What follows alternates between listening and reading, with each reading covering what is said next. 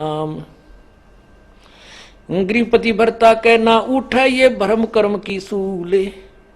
आन उपासी जलत हैं पड़या युगन युगन भूल। जैसे जो सच्चा भक्त होता है उसने एक परमात्मा के नाम को स्वीकार कर लिया, ज्ञान ग्रहण कर लिया, तो वो फिर बाद में शंका नहीं करता अपने गुरुदेव के किसी भी क्रिया में, तो वो भक्त है।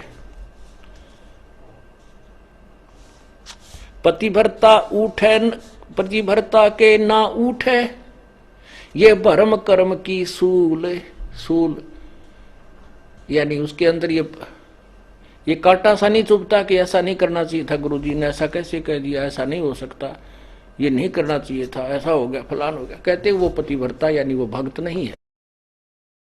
पतिभरता के उठे नहीं इस कर्म भ्रम की भूल। जो कर्म किया जा रहा है सतगुरु जो कह रहे हैं उसमें भ्रम पैदा करता है, उसमें अविश्वास करता है, वो दुष्ट आत्मा है। चाहे कितनी दान कर रहा है, कितनी भक्ति कर रहा है, नथिंग है उसके पास। जैसे काल उदाहरण दिया था आपको,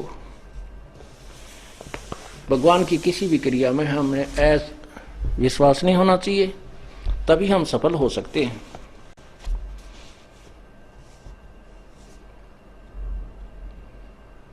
अब जैसे परमात्मा ने लीला की थी,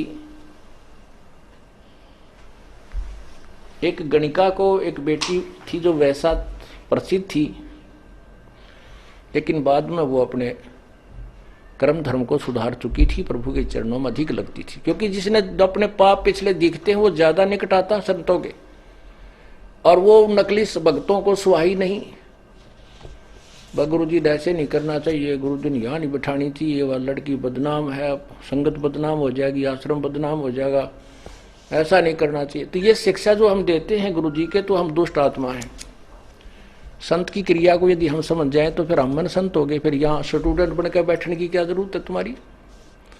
पुण्यात्माओं, जो भी आप बुद्धिमान ये हो जाओगे, नहीं हो तो धीरे धीरे परमात्मा बहुत झटके देगा, तो हम तभी वहां पार होंगे। कहते हैं कच्चा हीरा करच हो और नहीं सह घन भार, ऐसा यो मन हो रहा वहां लेखा ले दर करतार।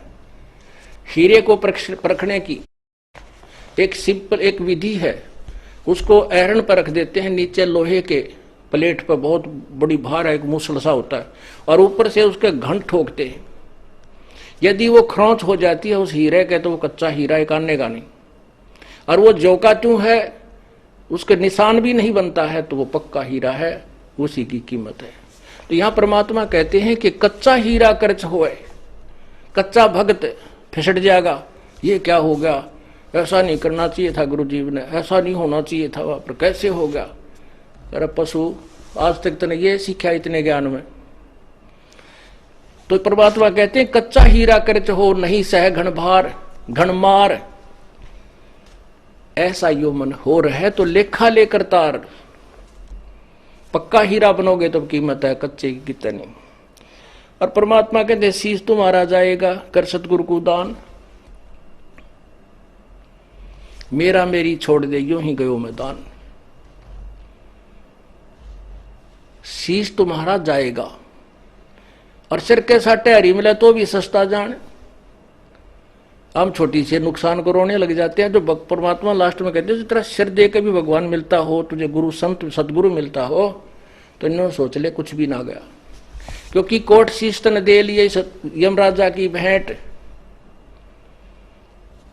और एक शीश देकर देख ले अपने सतगुरु जी की भेंट।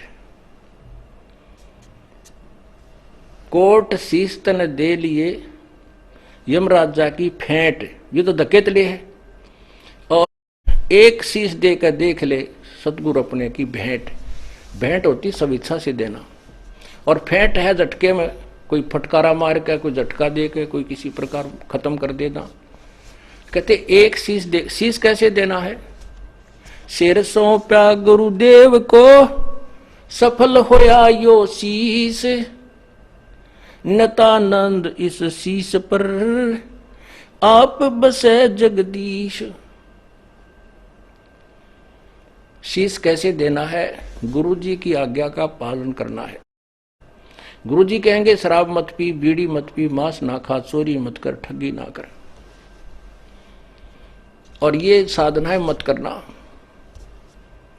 तो हमने उनकी प्रत्येक आज्ञा का पालन करना चाहिए। हमने वो ऐसा लगे कि ये ठीक नहीं है तो वो गलत है, उसको नहीं, क्योंकि हमारी बुद्धि इतनी अच्छी होती तो हम पहले ही चले जाते भगवान के दरबार में, या धक्के खाते ना अंटते।